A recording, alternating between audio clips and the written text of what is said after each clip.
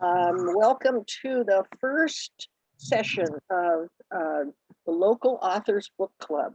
We're very happy to have you with us, and I think this is going to be a wonderful discussion. And we have two authors with us today to share with us their journey about this book, the other things that they write. Frank Scalise, Frank Zafiro, he has two names, you know, he has to have two. And Colin, who has only one. I only have one. Yeah. And the rest of us are guests of theirs for this wonderful discussion. I will say a word or two about the book, Ride Along. It is, it's a fiction book, but it deals quite well, I believe, with a very serious topic. And I have to keep watching over here and let people in. It's so much a part of our modern society, I think, this concept of people communicating with each other, listening to each other, and perhaps hopefully gaining understanding about a lot of things based on that. And that's what I got primarily out of Ride Along, the book we're discussing. But I would like to start today by asking both Frank and Colin, and you guys can sort of divvy up how you do what you do, because you did that with the book, right? You went back and forth with the book writing. So you're comfortable with this, I'm sure. But I'm curious about why you ended up including this particular book in the series of stories, of crime stories that you write together. Frank or Colin, whoever would like to start. Well, Frank, why don't you take that one? I can certainly start. Colin and I wrote a number of books together, but most recently we wrote 4 books in the Charlie 316 series, the first 4 books in that series. And those books originated with Colin. He had this idea, he wanted to write it. He decided that it would be a good match for us to write it together for a variety of reasons. And he brought the idea to me, and I thought it was an outstanding idea. And we took that basic idea. We like to say we took that skeleton of a story and started, hanging meat and muscles and skin and tendons on it and working together. And we had a pretty cool system in place that actually took us through all 4 of those books. But that might be a story for a different day. But we had a really good collaborative system where we were both writing different parts of the book, but we were writing it together. And the editing process was also very inclusive. Each of us had absolute authority to edit anything. And the result was, I think, some of the best writing either of us has done. And certainly it wasn't Colin's book or my book when it got finished. It was very much its own thing. And we kind of thought the series was finished when we concluded the 4th book, because mild spoiler, but that does conclude a character arc that takes place over those 4 books, a story arc. It does come to at least an ending place. We talked about maybe doing standalones that took place in the same universe, but we didn't have any concrete, we're going to work on this book at this time sort of setup there.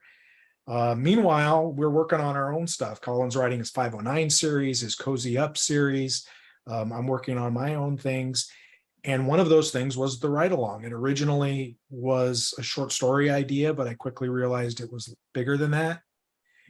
And as I started to write it, I got maybe a quarter of the way into it, and I realized that this book, it was set in any town, USA, and it really lacked that local urgency that this sort of story really needs. I mean, people can get as outraged or on either end of the spectrum at whatever events they want, but if those events are happening elsewhere, if they're happening in LA and New York and Vegas and wherever, it doesn't have quite the same urgency as when it happens in your city, in your town. And so I wanted there to be local issues of the same sort of flavor that the broader national issues were about. And so I decided, well, I know Spokane probably 75% of my books take place in Spokane or River City, which is thinly veiled version of Spokane.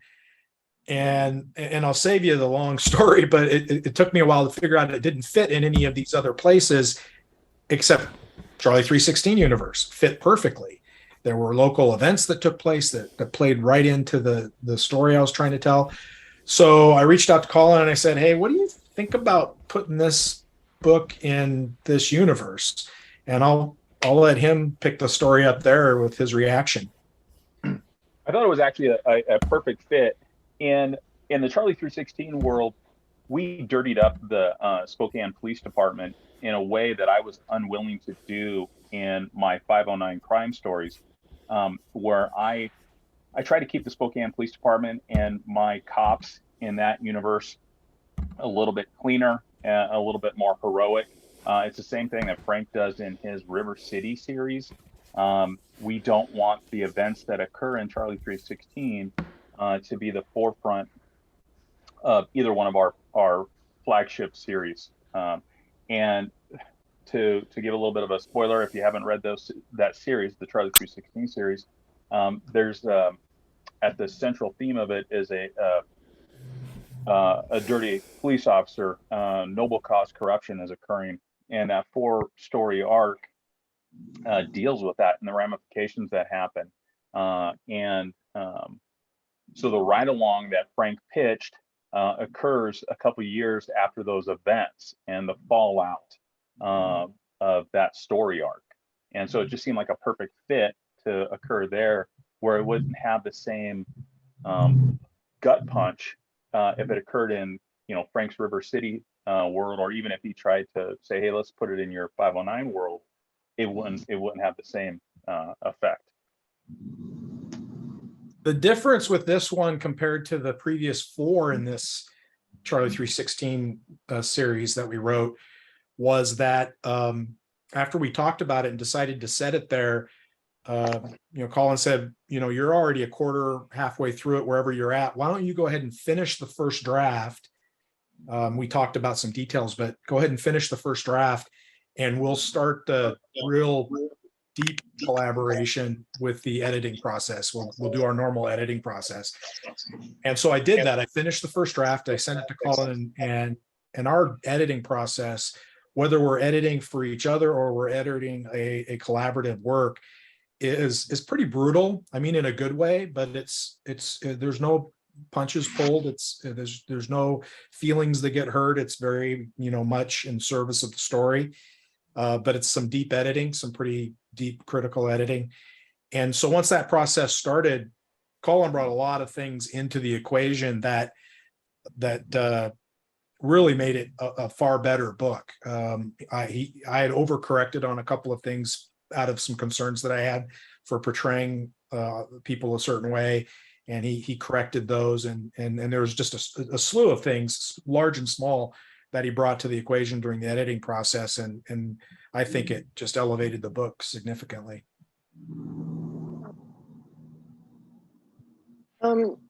It obviously deals with a very controversial topic. It's centered on whether or not the police force in Spokane or across the country ought to be changed, and if so, in what ways. But I think an overriding thing that it deals with is the lack of perhaps understanding that any particular group, whether it's the police, understanding the citizens that are concerned about things that happen and what their motives are, where they're coming from, or it's those people who are concerned about, and there's more than one group, I'm sure, in the population that looks at police departments and what happens. And there's a full range of attitudes that people are going to have. Not one group feels one way about it. But in most cases, they too are not that familiar with what it's like to be a police officer, or how the police works. And there, it's not the same in every community. Spokane police is not the same as even the county police, for instance, or we're not the same as Chicago or New York or anywhere else. So one of the big issues is how much of our reaction to what we see in the news or the things we believe are going on is based on knowledge about what's really happened, and how much of that is just based on sort of an emotional reaction, what we think, and what our attitudes have been all along. Did you run into people? I assume people were beta readers for you. I assume there was discussion from folks about this topic. Did you run into any particular people one way or other that were concerned about it, about the content? No, I actually, I mean, Colin, correct me if I'm wrong, but I don't think we ran into anybody who had those concerns. I mean, I guess I should ask if anybody here hasn't read the book yet, because I'll avoid some spoilers if there are, but if everybody's read it, then we can talk about it a little differently, I guess. Because I haven't finished it, but I don't mind spoilers. Yeah, I think go ahead, Frank. Okay. It doesn't matter. Well, the big thing that people did bring up was the way we ended it. That was, we had a few, I don't know, Colin, if you want to estimate what percentage, it was a minority of our beta readers Yeah, maybe 10, who didn't 10%. like it. Yeah, I think that's a good number. And even a couple of them that didn't like it initially, that's why we put the afterword in there. We kind of said, okay, for those people that are going to react the way that this 10% reacted, which is a perfectly valid reaction, let's give them a little help to understand why we did it the way that we did it, what we were striving for. And so that was why we put the afterword, the author's notes, whatever we called it, in there to kind of explain that.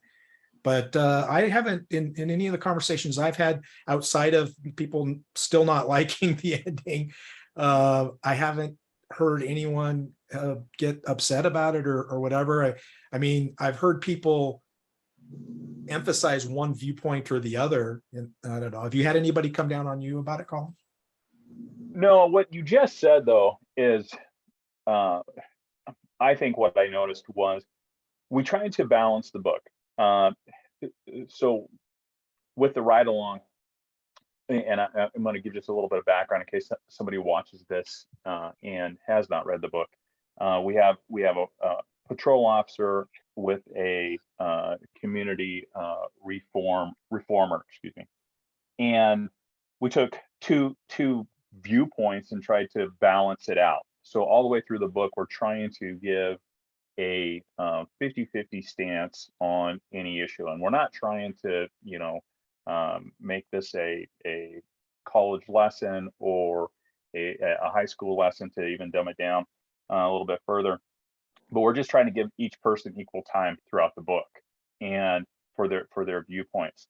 And to your question, Linda, one of the things that we're trying to do with this book is have a nuanced conversation, because we think that that's what's been lost in our society, is that if your opinion does not fit into the size of a tweet, it doesn't get out anymore. I mean, that's exactly what our politicians do.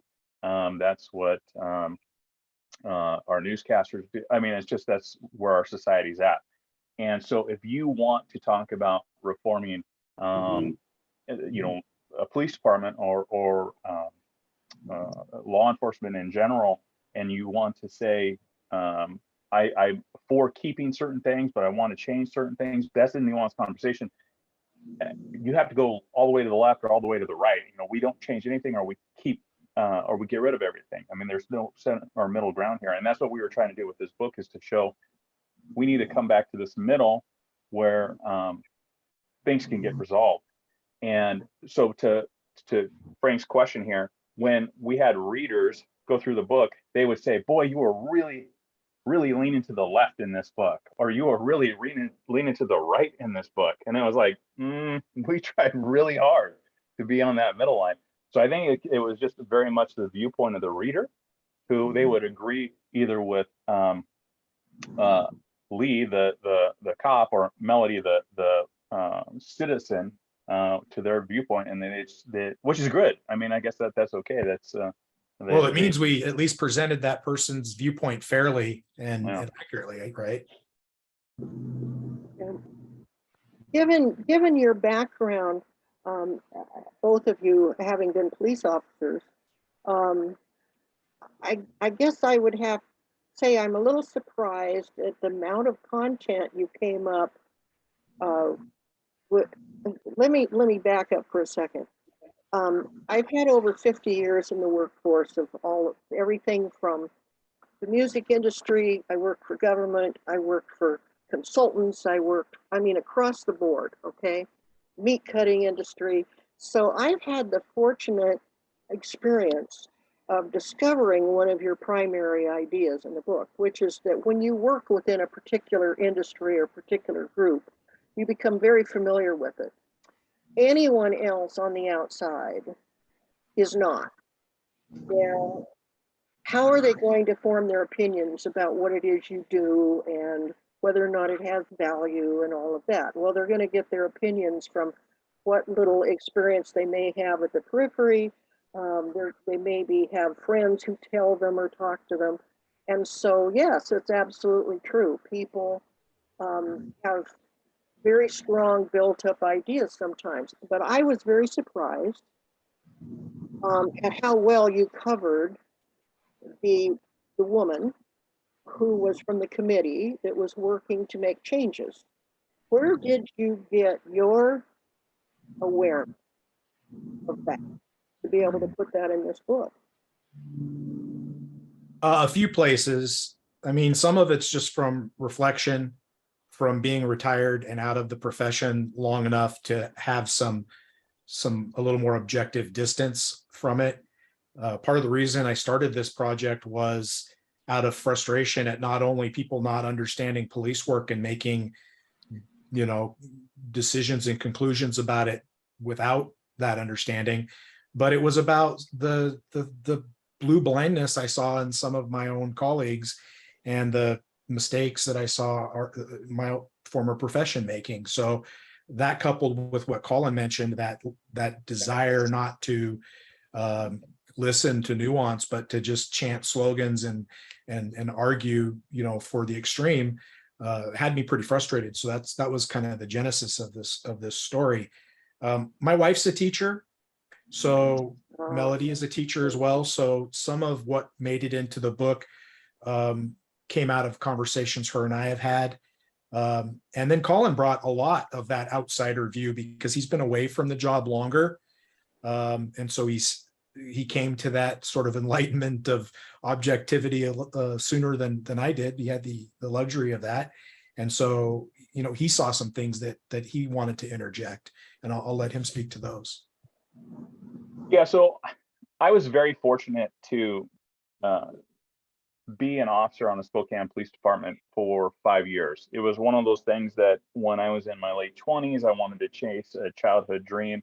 So I did it, and it was a great experience. However, it was not for me. And I returned to commercial real estate, which has been a very good career for me. But I have, like Frank said, I've had the opportunity to get further and further away from law enforcement and reflect upon it. Now, our friendship over the years has allowed for some, deep discussions, and occasionally butting heads. I'll say something, or Frank will say something, and we'll kind of, go. I don't want to say go at it. That's a little bit too much, but we'll get into some philosophical discussions. Brothers argue. Yeah, but it's been very helpful for me, because when I first left, I think I was a little bit more upset because when the job didn't turn out to be what I thought it was going to be, I was a little bit disappointed. But over the years, I've kind of relaxed on that stance, and having conversations with Frank was very helpful in that. And I think that sometimes when I will present my viewpoint to Frank that, hey, this is the way somebody who's, primarily a citizen looks at things going on within the department, I think he appreciates that as well. So that's where we were able to collaborate to get a little bit better, I think, to Melody's viewpoint and present that with a little bit more fairness in this book. I will add that, anybody who's, for everybody here, if you think about whatever you did for your career or careers, like Linda had 75 or so, it sounds like. But when you have that knowledge of those careers, that internal deep knowledge of it, you get a sense of what needs to be fixed too. As long as you don't get myopic, as long as you're trying to see it, you'll be like, yeah, the meat cutters union really needs to change their stance on this. Whatever you're part of. And so having been around law enforcement so much, and having had the opportunity to travel and teach afterwards, I got the chance to really see law enforcement at a national level and hear other people's opinions about what needs to change. And so I brought that into the project too, and bounced those things off of Colin, who was just a really good litmus test. Well, why don't we turn to some of the folks here and see at this point if anyone has any question about the content of the book, anything that came up, any of the characters, what you thought about that. Not everyone has been able to read it or to read the whole book, so but you feel free to bring up something if you have it. Sue, you made it. Yeah, I was wondering, Colin, you mentioned that you left because the job, I think, was a disappointment or it wasn't what you expected. And I was wondering what the disconnect was. Well, and Sue, that's a really good question. And I probably should have provided a little bit more background, and it's probably going to be a little bit deeper than I have time for here. The actual being a police officer at the time, this was late 90s, 1999 to 2004. It was absolutely a fantastic job. It was may have been the most fun job I ever had. So take that into consideration. However, I got involved with the union. By the end of my term, I ended up being union president. So I got voted in. At the end of 5 years, I had, by a stroke of misfortune, we'll call it that, I ended up running the union, and I got to see part of how city government works, how a police department works, and that was something that was a little bit probably too much for somebody at that point in their career, and it ruined the job for me because it was a lot more about politics and less about doing oh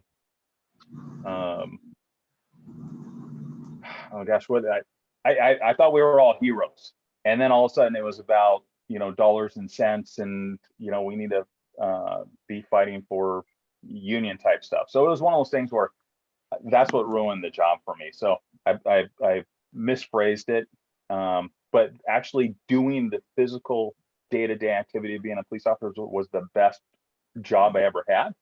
And I do have friends who occasionally ask me what advice I have for sons or daughters who want to get in law enforcement. And I always say, do the job, keep your head down, don't get involved with the union. Yeah, I think that's true in almost any industry, frankly, Colin. They don't always have the same goals. Yeah. Anybody else have a comment or question? You can also, go ahead. I think, there you go. Yeah. Well, the first book I wrote was a murder mystery, and I knew nothing about police other than stories I'd heard. So as part of my research, I did a ride along, and it opened my eyes in a way that was totally unexpected. I had no idea what police did. And I just want to share one little story. One of the stops we made on this, I guess it was like 8 o'clock to 4 o'clock in the morning, something like that, was at a college fraternity house.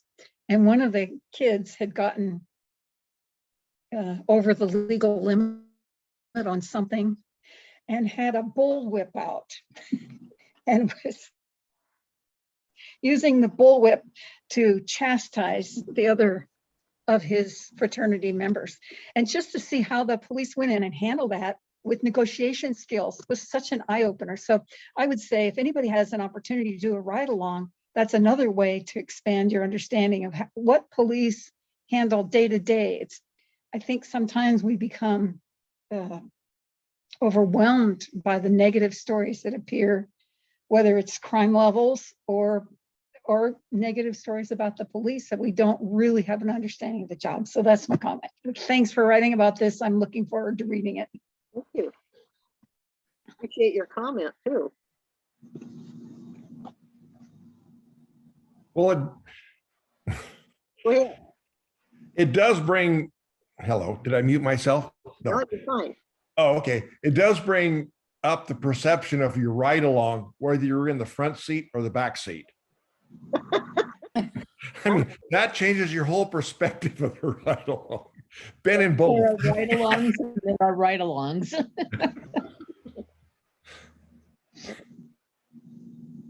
Well, one's a ride along, another is an escort.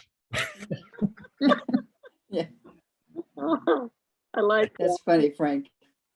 It's interesting the things I learned about myself. You mentioned people didn't like the fact there wasn't an ending.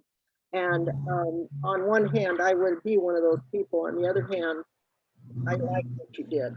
But yeah, I found myself at the end. I have to say, I found myself at the end going, please God, please God. I was on the side of the officer, okay? It was like, please don't, please don't let, I'm giving away something here, but please don't let him be hurt for this, for what he did. And so, yeah, and so when it just ended and I went, oh my God, now, and then I realized, wow, isn't that something? But I wasn't agreeing with a quote unquote side over the other side. I related to the characters, and I really, really appreciated the police officer in this. And now I've forgotten his name. Elle is the woman, but he is Lee Salter is the officer. Lee. Yeah, for some reason Lee just, I don't know. Anyway, Lee, I liked him. I liked him a lot. He was, I suppose, so close to my particular understanding of the way police officers are that I thought he was an excellent character, an excellent choice for that role. One of the things that happened to me when I was in high school, I moved in with my friend's family, and her father was a lieutenant on the Spokane police force. So I had an inside sort of look at what it's like, the fact they didn't have a lot of money, and the fact that they did take advantage of some perks that came along, and I don't need to say any more about that. So, because that's just about anything. But I felt that he was a good man in general, a good man, and I liked Lee in the book because he seemed to be that way too. Our hope was that both characters were seen that way. I mean, we really tried hard to make them both good people who came by their opinions honestly.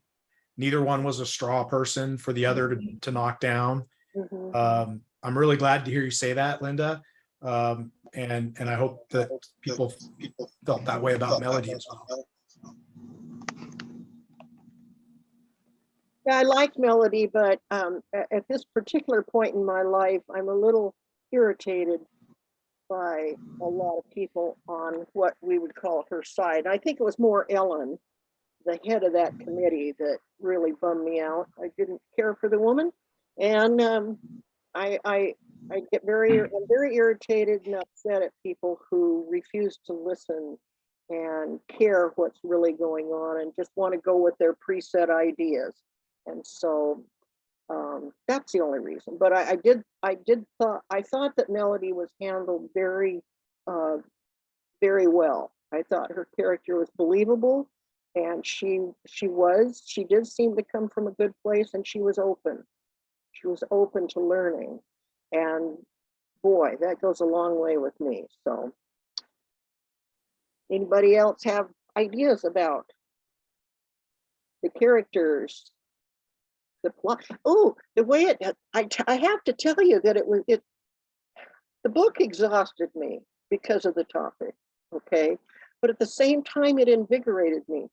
I had to shut off the light, and I was halfway through the book, more than that, and I had to go to sleep last night, and I knew it. And I thought, well, I'm going to get up early and I'll finish it. So I did that.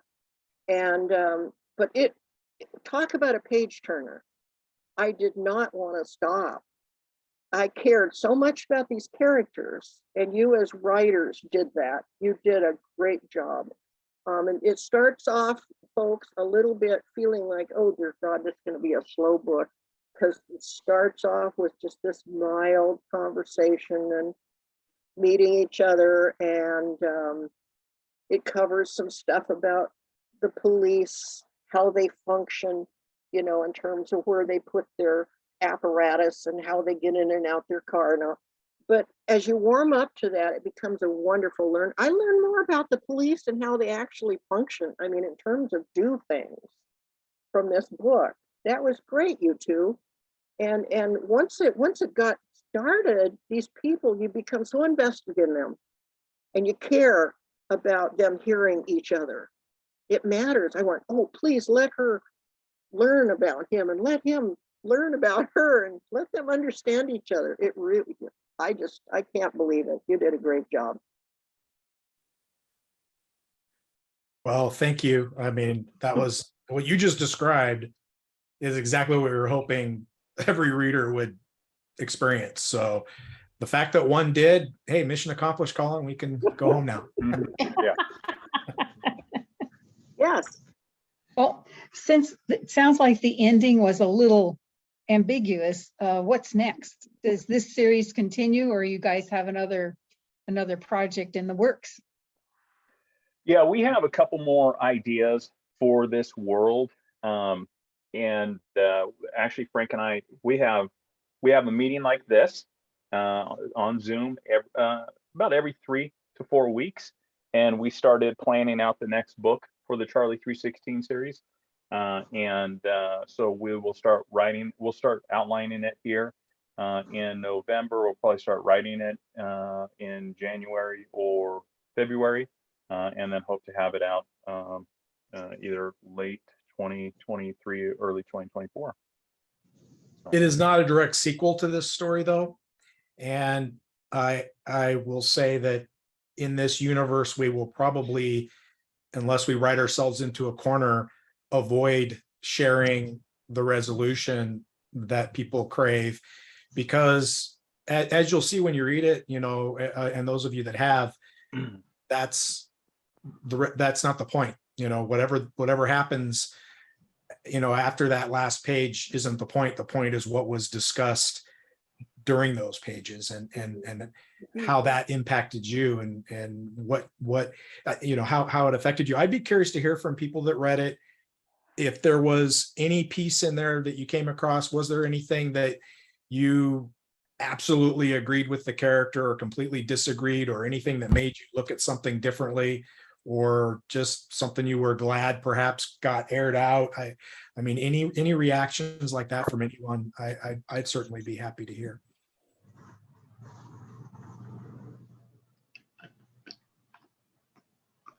Don't everyone start at once, though.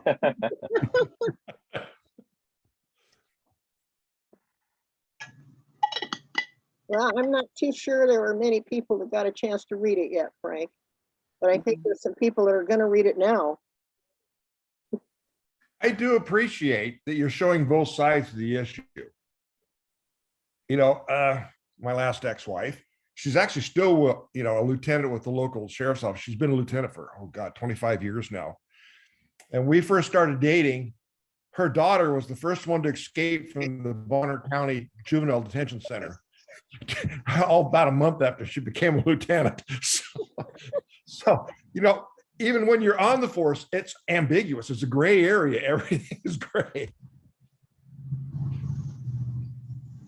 I did happen to read the last few pages, so I know actually what the ending was or is, not what.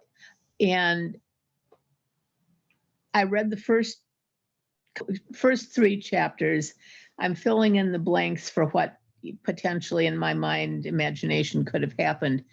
I think it was a great ending. I can't imagine another ending because I think you had to have done it that way. I really think you had to have done it that way. Mhm. Thank you. Thank you. Thank you. I think you're absolutely right. If we had been more definitive, both Colin and I felt like that was akin to taking a side, which was absolutely the antithesis of what we were trying to accomplish with the book. I mean, we wanted to tell a story, obviously, but more so than anything else, I think either of us has written, this book was also about having a purpose outside of just telling a story. And we didn't want to undermine that purpose. So I think you're bang on. One of my favorite books is Terry Davis's Vision Quest, and I don't know if anybody's read it, but it was made into a movie here in Spokane back in the 80s, and it's about a high school wrestler who drops a couple weight classes to wrestle the best wrestler. I use that word twice in a sentence, but the best wrestler in state. And the end of the book has an ambiguous ending. And I've read that book probably 10 times. And it doesn't matter about that ending. I think it's fantastic because the whole book is about his journey. And Hollywood gave it a definitive ending, which I think took away from the message of the book. And that's one of the things actually that when we were writing this, Frank and I had referenced was that book, because Frank has read it as well. And it's one of his, I don't know if it's one of his favorites, but it's one that he's liked. So that had played in the back of our mind. So Terry Davis, here's this. We'd like to shout out. Thank you. For the several times that you've read this book with the ambiguous ending, do you have do you come up with different opinions each time you read it, or do you still have the same feeling about it each time? When I was younger, I had an opinion where I was like, I wanted to know what that was. First time I read it, I was in high school. Terry Davis was my journalism teacher, and so I read it for that, and I was like, oh gosh, I really wanted to. But the second time I read it, I understood that it was more about the wrestler's journey and not the end goal.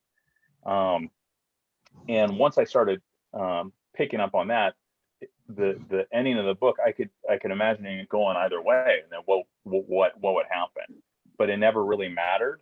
That end, it was what was his journey, and you look at all the things that he went through to get to that point, to get onto the mat at the very end, and that's all that mattered. It's very reminiscent of Rocky.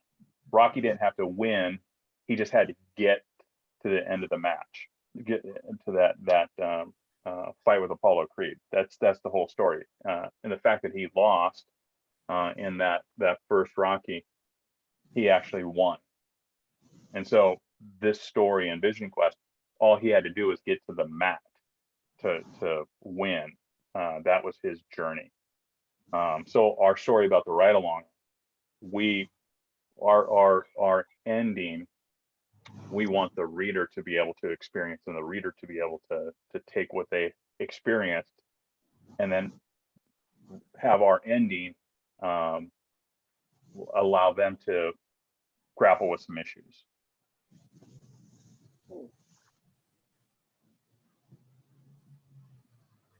Linda, does Aunties have Ride Along available in stock? Yes, we do. And as a matter of fact, Frank, why don't you mention the signing that you're doing down there on the 14th? You just did. Colin and I will be down there on Friday, October 14th at 7 p.m. If it follows standard Aunties protocol, we'll do a short reading maybe and answer some questions and then sign some books, I think is the plan. Unless Colin and I come up with something better. There you go. I was going to say, or else some of these folks can stand up and do your thing for you. They're going to read this now, and maybe. Hey, if you come down there and you have some really great questions, that helps events like that out a ton. Nothing's worse than getting to the end of your reading, which hopefully was very brief, and then saying, any questions? And all you hear are crickets and the occasional cough. That's not fun. But I have to tell you, I went to a Zoom event with a couple of authors that I really appreciated. They were so fantastic in their discussion between each other that there was one question or one or two questions at the end. People, no questions. I was just in awe of them, and they said everything that anybody would want to know. So what are you going to ask after that, right? If they do so, you know, you don't do such a good job of covering it, see, and then you get. Well, either that or talk for the entire 45 minutes. Yeah. We've got a few minutes left. I wondered, could you touch on your other, I know that Eric put in both of your websites. He typed them into the chat. And then Thanks for doing that, Eric. Yeah. And I wondered if you could mention both of your other series that you have going as independent, you know, independent from each other. Okay, I'll go first then. So I've got several series. The main series is the 509 Crime Stories, which takes in and around Spokane, based primarily on the Spokane Police Department. It features rotating lead characters. So every book has a different lead. In the next book or the subsequent books, they'll roll into a background position. Then there's the Cozy Up series, which is a tweak on the traditional cozy genre. The way I describe it is if the Sons of Anarchy crashed into an episode of Murder, She Wrote. It features a former enforcer for a criminal biker gang hiding out in witness protection program. So yeah, I've had the opportunity to speak at a couple conferences about cozies with an edge. So it's got no swearing, no sex, but there's violence in it. So a number of readers have started calling it brosies. So if you want a little bit more of a tougher cozy, then that's a good series for you to try. And then I've got a couple of amateur sleuth series / private detective, the John Cutler mysteries and the Flip Flop Detective series. Both those occur in the 509 universe, so there's crossover of characters in that. But the Cozy Up series is its own. It stands completely separate. It's quirky and funny and definitely not police procedural. So. Right. And I do not care for cozies. They are not my bag at all. I respect them. I just don't enjoy reading them. But I will tell you that I love the Cozy Up series. I enjoy the heck out of it. Actually, I enjoy the hell out of it. And if you think you might like a cozy, but you're not sure, definitely give it a try. If you like cozies, you'll still like it. It's good stuff. For my part, I've got about 8 different series. So pretty much if it's not a cozy that you're looking for, I've got you covered. Whether you like hard-boiled or private investigators or police procedurals. But the ones that are centered in Spokane, The main one is, as Colin mentioned earlier, the River City series. That's I think I've got 15 books in that series right now, and it features an ensemble cast of police officers and detectives, kind of a third-person limited viewpoint as they deal with some kind of a crisis in each book. But it also gets into them and their personal and professional lives and what they're going through as individuals. Kind of the core character in that series has become an officer, now detective, Katie McLeod. She's my favorite. Colin teases me sometimes, calls her Saint Catherine because she's my favorite. But she goes through a lot in this series and she keeps on going. She's got tenacity, and I admire that. If you like the darker stuff, though, the flip side of that would be my Spokompton series. And that is one that features a different criminal in each book. And it's from their standpoint. So it's a little grittier, it's a little darker, and the police aren't necessarily portrayed as heroically because of whose eyes they're being seen through. If you like private detective stuff, there's a spinoff of my River City series called the Stefan Kopriva Mysteries. He's a character that's in the early books, and spoiler alert, but he does leave the department at one point, and I pick up his story about 10 years later in an kind of an amateur PI sort of series. But like I said, outside of that, I've got some hard-boiled stuff and some action stuff. You can see all that on the website there, but those are the Spokane specific series that I work on. And then of course, Colin and I have the Charlie 316 series. Why don't you tell folks why you named it the River City series? Well, River City is a thinly veiled Spokane. It's like a very thin veneer separating it from the real Spokane. But when I started writing those books, when I wrote the first draft of the first book, I was 2 years on the job. It was all Spokane. When I started writing crime fiction again in 2004, after a bit of a hiatus for going back to college and learning new jobs and stuff, when Colin and I met, it was around that time, and I was writing short stories that were kind of gritty, and sometimes the cops weren't the heroes, and sometimes they were doing things that weren't heroic. And I got a little worried that my bosses were going to tell me, okay, that's about enough of that. We're done. No more police writing, no more stories. You're done. And as Colin can attest to, being the union president, the department has a pretty good amount of power over your extracurricular employment, which this would technically fall under. There has to be a nexus, but I felt like me being a police officer writing about the Spokane Police Department, might be enough of a nexus. So I decided, you know what, if I'm a different name and it's an ambiguous Pacific Northwest city, I probably got enough distance there that if they tell me you can't do this anymore, I can say, yeah, I'm not stopping, and I'll probably win that dispute with the union, ironically, right, Colin? So, yeah. So I changed it to River City, which was actually a suggestion that came from one of the publishers that was looking at it at the time, and I went with a pen name. And then by the time everybody was cool with it, and my chief said, "Hey, that's great," I already had several books and a dozen short stories published under that pen name, and it just didn't make sense to go a different direction. So I stuck with it. And all of you that received this message with the link in that there was also included a couple of web links, and one of them was for inwg-guild.com. And if you go in there and then hit on the author's websites page in the directory, it'll take you, and you can get both of any of the authors that I have up there so far. You can pick up their website addresses. So just so you know.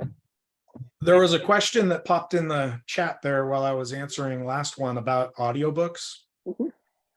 And the answer is yes. A number of our books both of our books are available in audio.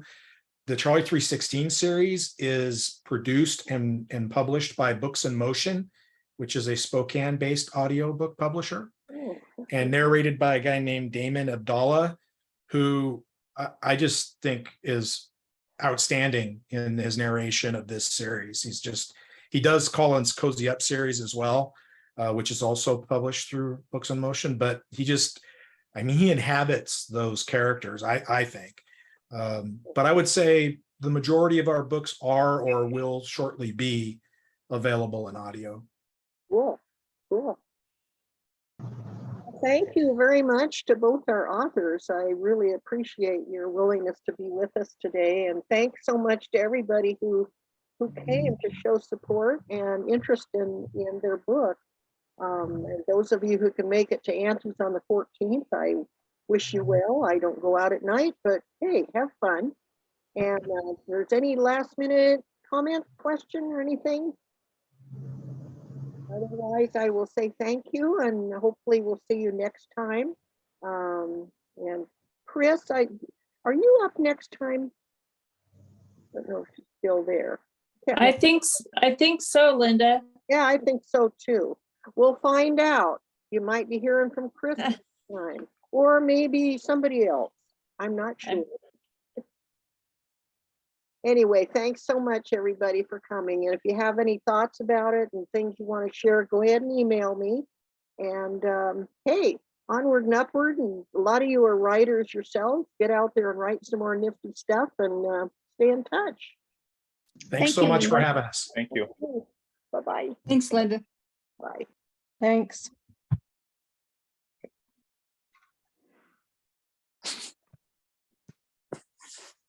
Arrivederci. Arrivederci, Roma.